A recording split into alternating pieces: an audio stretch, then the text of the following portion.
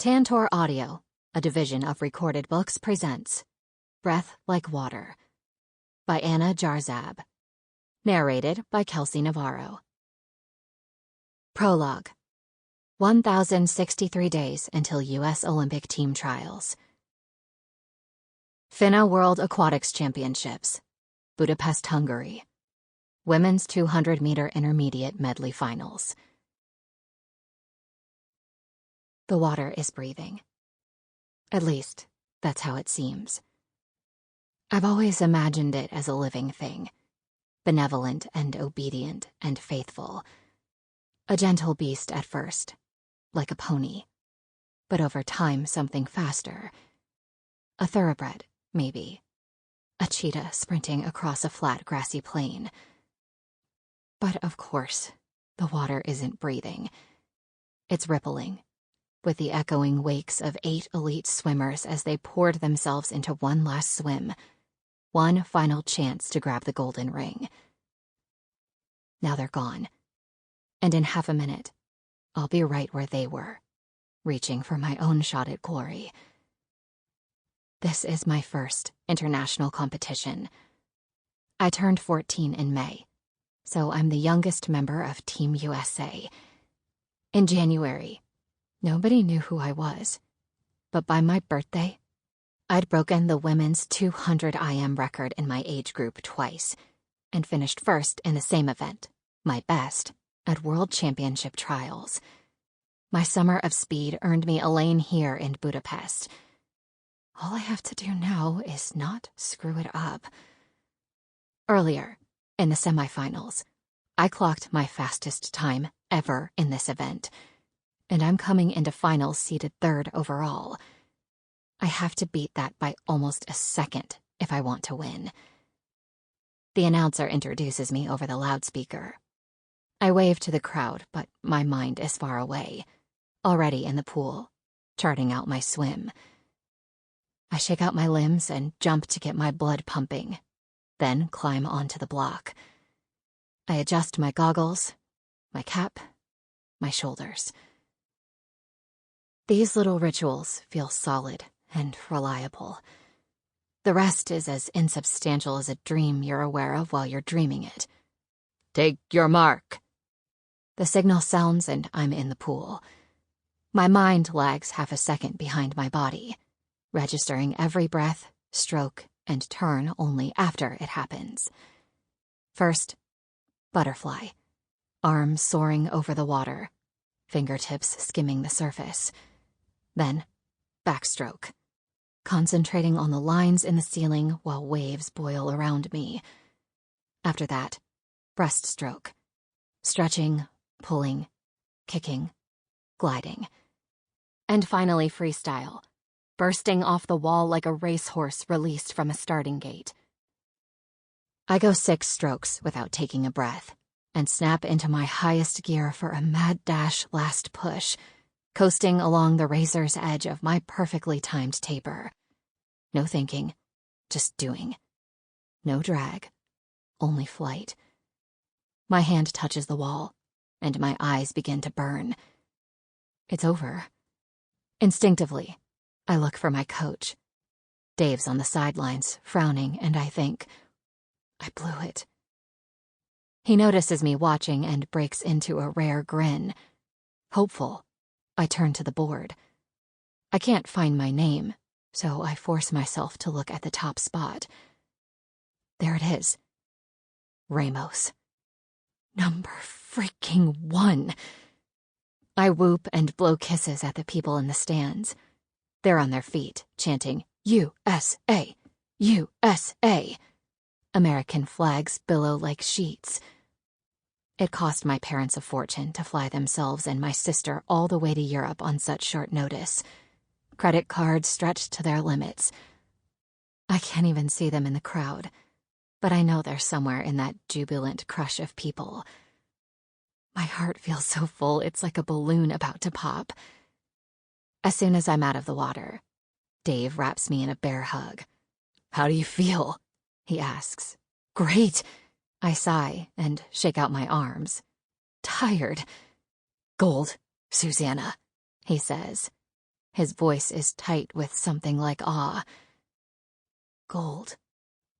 It doesn't feel real yet. Won't until that metal hangs around my neck. Until I can hold it in my hands while the national anthem blooms through the natatorium speakers with patriotic brio. Maybe not even then. I could have more wins here. But right now, this seems like more than enough. You're a world champion, Dave says. Next, I'm going to make you an Olympian. Foolforthepool.com, the #1 source for swimming news on the web. Freshman phenom flops flat into sophomore slump. What happened to Susannah Ramos? By Chris McNamara, posted July 25th. It's a familiar story. A kid with some talent breaks out for a split second way too early in their career, then disappears from the rosters, never to be heard of again. Sometimes it's an injury. Sometimes they can't handle the pressure. And sometimes it is plain old biology dragging them down by the heels, which is what seems to have happened to Susannah Ramos. You remember her, the 14-year-old wonder kid who came out of nowhere 2 years ago and hopped from one national competition to the next, tearing up the pool in the 200 IM, then took home a gold from Budapest. Well, it looks like all the up-and-comers who were quaking in their flip-flops over Ramos's meteoric rise can rest easy. The Illinois swimmer, who enters her sophomore year next month, hasn't placed in a single national competition since her world championship win. And though she's got a full schedule of events at the upcoming GAC Invitational, she seems unlikely to fare any better on her home turf. If she has any hopes of triumph at next year's U.S. Olympic team trials in Omaha, she's got a long way to go. You only have to look at a recent picture of her to figure out why. A growth spurt during this year's long course season transformed Ramos from a petite powerhouse into a broad-shouldered Amazon, and her new build seems to be weighing her down in the water. It's a sad fact of the sport that some swimmers peak young and never find their way off the time plateau. Surely Ramos, who competes with the Gilchrist Aqua Lions Club, hopes she won't be one of them. But the statistics aren't on her side. For the sake of her college prospects, here's hoping she can beat the odds. Chapter 1. 330 days until U.S. Olympic team trials. There's nothing like the moment a race begins. It's the highest height of the roller coaster, the top of the drop, all potential energy and anticipation. That powerful feeling of launching off the block is my favorite thing about swimming. The weightlessness of flight before slipping neatly into the water. Despite all the disappointment of the past 18 months, that excitement right before the start never left me. Today is no exception. The simple act of climbing onto the block floods my body with adrenaline. My vision narrows, and all the noises of the pool, the slap of waves against the gutters, the shouting from the stands, the voice of the announcer as he calls out the names and positions of the swimmers already in the water, recede like a tide until I can hear nothing but the sound of my own breathing. The 400 IM relay starts with the backstroke, and the breaststroke comes next. The third leg of this race, the butterfly, belongs to me. Jessa's behind me, hands on her hips, dripping wet and still panting. She started us off strong, touching the wall first with one of her best breaststroke splits to date. Casey, our anchor, stands to the side, watching and waiting for her turn. Amber's in the pool now, holding on to Jessa's lead with her high-velocity whip kick, coming at me full speed. My skin starts to tingle, not from anticipation, but from a sudden sizzling lightning bolt of fear. The fear of screwing up that blossoms inside me like an infinitely expanding fractal. That fear is an old enemy, and yet sometimes startlingly new. Even now, when I should know what to expect, it sneaks up behind me and leaps on my back, knocking the air from my lungs and wrapping its arms around my chest so tightly that I can barely breathe. but there's nothing I can do about it. I'm already on the block. As Amber closes in on the wall, I make the calculation. That inexplicable formula learned through what seems like a million years of racing. I give it 1 Mississippi, 2 Mississippi, 3. Then I jump. The moment I hit the water, instinct tells me something's off, but everything feels okay. I'm an arrow beneath the surface, the momentum from my dive, my painstakingly perfected streamline, and my powerful dolphin kick are enough to get me to the 15-meter mark before my head breaks the waterline. Arms back, then out, and then I'm flying. My muscles are tense, and the first few strokes are a struggle while I search for my rhythm. Once I find it, my body melts into the swim so naturally that it comes as more of a surprise than a relief. I haven't felt this good, this capable in months. Even my left shoulder, which sometimes bugs me, isn't a problem today. Fear loosens its grip, and a rush of water carries it away. By the first turn, I'm feeling cautiously optimistic, and by the second, I'm almost hopeful. Though I can tell from quick spot checks that my creakiness off the start has lost me some of Jessa and Amber's lead. I'll make it up. I've done it before. I can do it again. Otherwise, what has all of this been for? The surge of confidence pushes me harder into each stroke, and by the final lap I've caught up to the swimmer on my left, who passed me at the midpoint of the race. I put everything I have into that final sprint, and slam into the wall like it's done something to me, like I'm punishing it. Casey explodes off the block, soaring over my head. I heave myself out of the water, limbs shaking with the aftershocks of enormous effort. It's a familiar, gratifying feeling, one that reminds me that, whatever happens, I worked my ass off. No hay peor lucha que la que no se hace, my abuela always says. There's no worse struggle than the one that never begins. I may be struggling, but there's no denying I began a long time ago. And still, here I am. The first thing I usually do after a race is look for Dave. But this time I'm too busy cheering for Casey as she tears up the pool, scraping out a lead of half a body length. Everything happens so fast. It's not until she jams the heel of her palm into the timing pad that I realize we're winning. That we've won. I turn toward Dave, beaming with a mixture of shock and pride, expecting to see a look of, if not joy, then certainly approval on his big ruddy face. But he isn't smiling. He's glaring. At me. What? I mouth. He holds up his left hand and creates a circle with his pointer finger and thumb. At first, I think he's telling me everything is okay. But then he turns his hand over, giving me the same exact gesture, except upside down. And I realize he's literally spelling it out for me. DQ. I shake my head and exchange a bewildered look with Jessa and Amber. Casey's still in the water, accepting tepid congratulations from the girls we beat. Over the PA, the announcer broadcasts our first-place finish. Dave must be wrong. I replay the race in my head, searching for any mistake I might have made, and come up empty. My times have taken a hit, but I'm impeccably trained, and I know the rules. Except, there's that weird feeling I had when I entered the water, that something was wrong.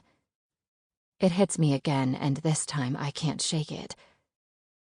I feel suddenly exposed, like in one of those dreams where you look down to realize you're naked. I've always stood out on a pool deck, even before I shot up 6 inches, because I'm one of the few brown kids on a mostly white team. But this is different. It feels like everyone knows something I don't, and they're all waiting to see the truth crash down on me. It's excruciating. Dave points at one of the officials who was assigned to watch our lane for infractions as he scurries over to the judge's table. They huddle, whispering, then break apart. Dave turns his finger to the ceiling and, as if on cue, the announcer gets back on the PA.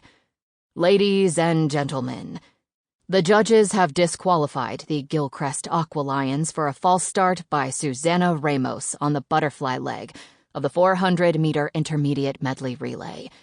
The first-place finish in that race has been awarded." I stop listening as a wave of hot shame pours over me. Amber puts a gentle hand on my shoulder.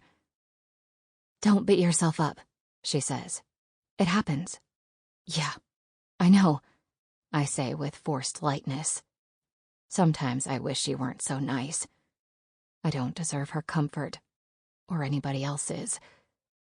I failed them. I failed yet again. My muscles are shaking from exertion, and I feel kind of faint. I need to warm down, drink some water, scarf an energy bar.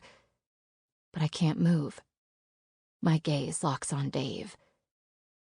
He's looming over the judge's table, arguing against the DQ the way he would for anyone else. Wild gestures, flying spittle, red-faced bluster, the whole pageant drama. But I can tell his heart's not in it. It's not the judges he's angry with. It's me. After the judges have calmly and firmly told him to get over it and go away, Dave stalks over to me. I wrap my goggles around my hand, tight enough to hurt, and stand my ground with my chin up and my mouth clamped shut. There's nothing Dave has to say to me that I'm not already thinking. He can't make me feel worse than I already do. "Disqualified?" he shouts, swinging his clipboard like he's about to hit me with it, though he doesn't. "At our own fucking meet." I take a deep breath. "I know. I'm so sorry." "What the hell was that?" he asks, loud enough for everyone around us to hear. Amber, Jessa, and Casey wisely make themselves scarce. "It was an accident," I tell him. "I made a mistake." "A false start isn't a mistake. It's a fuck-up," Dave hisses. "You're too old for this shit." My jaw is clenched so tightly that my head starts to ache. "I didn't do it on purpose. It won't happen again." Dave folds his arms across his chest. The tattoo on his bicep peeks out from under his sleeve. Olympic rings. His medals. 2 bronzes and a silver hang in frames on the wall of his office, not 20 feet from where we are standing. Every time I wonder why I put up with this sort of treatment, I tell myself, he's an Olympian. He makes Olympians. That is why I'm here. He scowls at me like I'm a speck of dirt on his shoe. I've grown a lot in the last year, but I'll never be as tall as him. No matter how old I am, he'll always look down at me. "It will happen again," he snaps. "Or something else will. For the past year, it's been one problem after the next. Except this time, it's not just you. Your teammates are suffering because of what you did. That win was theirs, and you lost it. That win was ours," I remind him. "And so was the loss. I swam that race too." "You might as well not have. I could have put one of those plastic duck toys in the pool in your place, and it probably would have had better splits." I'm used to getting dressed down by Dave. It happens all the time. But the insult hits me so hard that I take a step back, reeling like he smacked me. "I had a good swim," I protest. "You had an average swim," Dave sneers, "which was worthless because it didn't count. Most of the time, you can't even manage that. You'd better figure out if you really want this, Susannah, because it doesn't seem like it. And even if you do, I'm starting to wonder if you have what it takes. I really don't think I can help you." Dave points at me with his clipboard.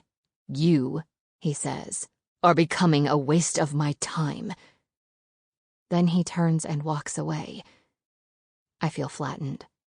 But I can't just stand here. I have to get out. Now. I head for the locker rooms with my gaze locked on the tile, determined not to look at anyone, afraid they might be looking back, that they might see how upset I am, how ashamed. There's a sign in Dave's office that says, "Feel your feelings all you want. Just don't feel them in front of anybody else."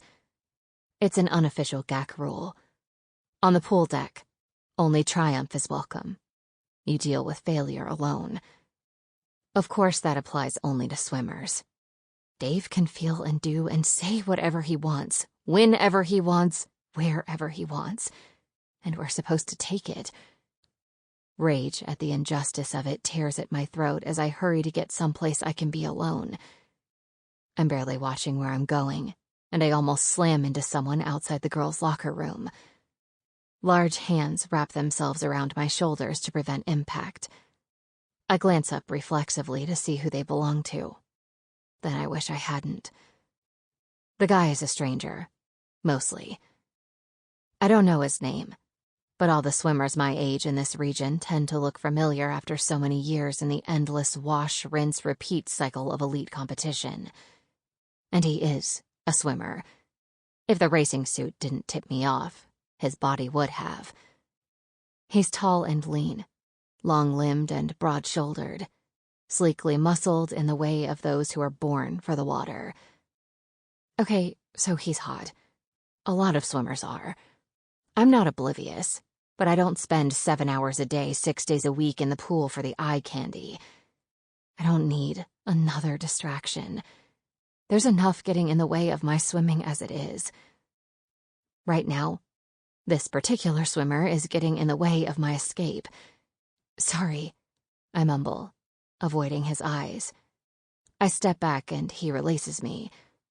If I could just... I gesture toward the entrance to the locker room. Sure, he says, stepping aside to let me pass. His voice is so rich and deep it surprises me. Curiosity momentarily supersedes embarrassment, and I take a good look at him. Despite the voice and the body, which make him seem older than he can be if he's competing in this invitational, there's something endearingly boyish about his face. His cheekbones are so high they have summits, but there's a soft roundness to his jaw, and his blue eyes are wide and expressive.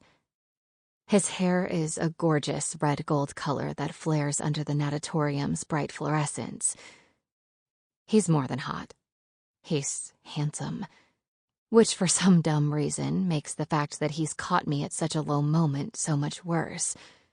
Hey, are you I brush past him and dart into the locker room before he can finish his sentence.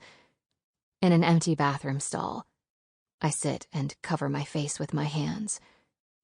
The air is heavy with the scent of chlorine and the smell of towels left to molder on a bathroom floor. It makes me gag, but I force myself to take long, ragged breaths through my nose. Tears threaten, but they don't fall. I refuse to cry about this. When I went through puberty and started slowing down, I decided the only way I was going to get back on top was by becoming a machine. Ruthlessly efficient, tireless, relentless. Machines don't cry. They just tick on, ever forward. So that's what I'm going to do. Chapter 2. 330 days until U.S. Olympic team trials. My parents have never seen Dave go off on me before, and they're furious. They're all fired up to call and give him hell as soon as we get home from the invitational. He can't talk to you like that, Dad fumes, crashing around our kitchen in search of the GAC phone book. Our 8-year-old mutt Lulu follows at his heels, confused by all the excitement. She barks and whines until Dad snaps, "Cállate!" I grab Lulu and bury my face in the long caramel-colored fur of her neck. Not much has the power to cheer me up when I'm feeling bad, but my animals always do. I think you need a bath, Lou, I whisper in her ear. She kind of stinks. I'll wash her tomorrow, even though it's Nina's turn. Lulu licks my hand and turns to look at me, and I swear to God she smiles. I love dogs. Dad mutters something to himself in Spanish, then shouts, "You're just a kid. I could kill him." And he's my level-headed parent. Mom looks like she's about to punch someone. It's not a big deal, I insist. It hurt, and it was embarrassing. But if I crumble after every setback, I'll never make it through the season, let alone the Olympics. "It's a big deal to us," Mom snaps, so sharply that I wince. Her expression softens and she puts a gentle hand on my wrist. "We're trying to protect you, mija." "I don't need protection," I say. Lulu whines and rests her head on my knee. Dave's right. I keep screwing up. It's like I'm not good anymore. It cost me a lot to admit that to them. My parents have always been supportive of my swimming, but wary of it too. They think it demands way more than someone my age should be expected to give. They'd never say it, but I know there's a part of them, deep down, that wishes I'd quit. "You're still good, Susannah," Dad assures me, but I can tell he's only half listening. He's too busy digging around in the bottom of a junk drawer.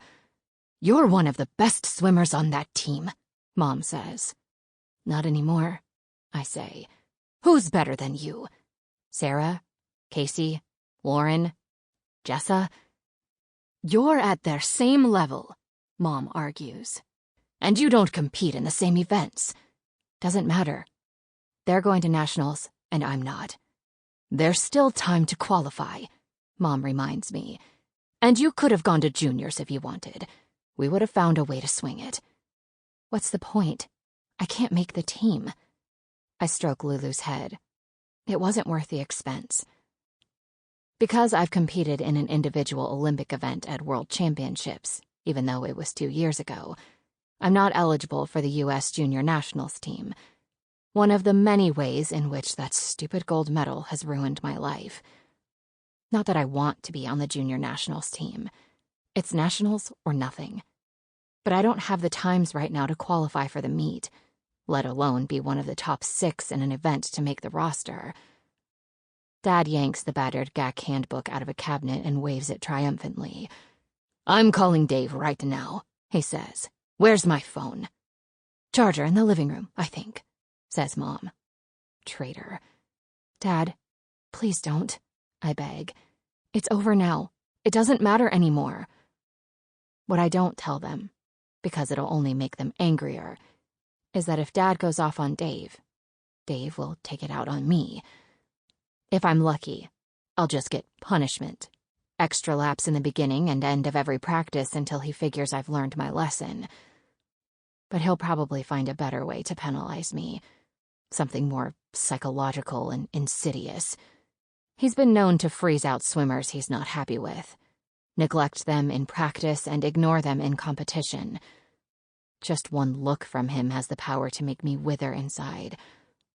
My life goal is to make it to the Olympics. My daily goal is to stay on Dave's good side. What kind of parent would I be if I let a grown man yell at my daughter in front of hundreds of people and said nothing? Dad asks. A swim parent? My older sister says, appearing in the doorway with a dog-eared copy of The Glass Menagerie in her hand. Nina wasn't at the pool today because she had play practice. And anyway, she doesn't come to my meets anymore. Most of the kids on that team, their parents would be the ones yelling, Nina says. If you rush to Susannah's defense, she'll look weak. Mom and Dad stare at Nina, appalled. But they know she's not wrong. We've all seen the way certain people, my friend Jessa, for example, get treated by their winning-obsessed parents, as if they have more riding on their son or daughter's performance in the pool than their kid does. That kind of unreasonable preoccupation has never made sense to Mom and Dad. That's ridiculous, Dad says. Susannah's not weak. She's 16. He can't beat her up because she made a mistake. She's not his employee. We pay him to train her, and that team's not cheap. Hector. Sample complete. Ready to continue?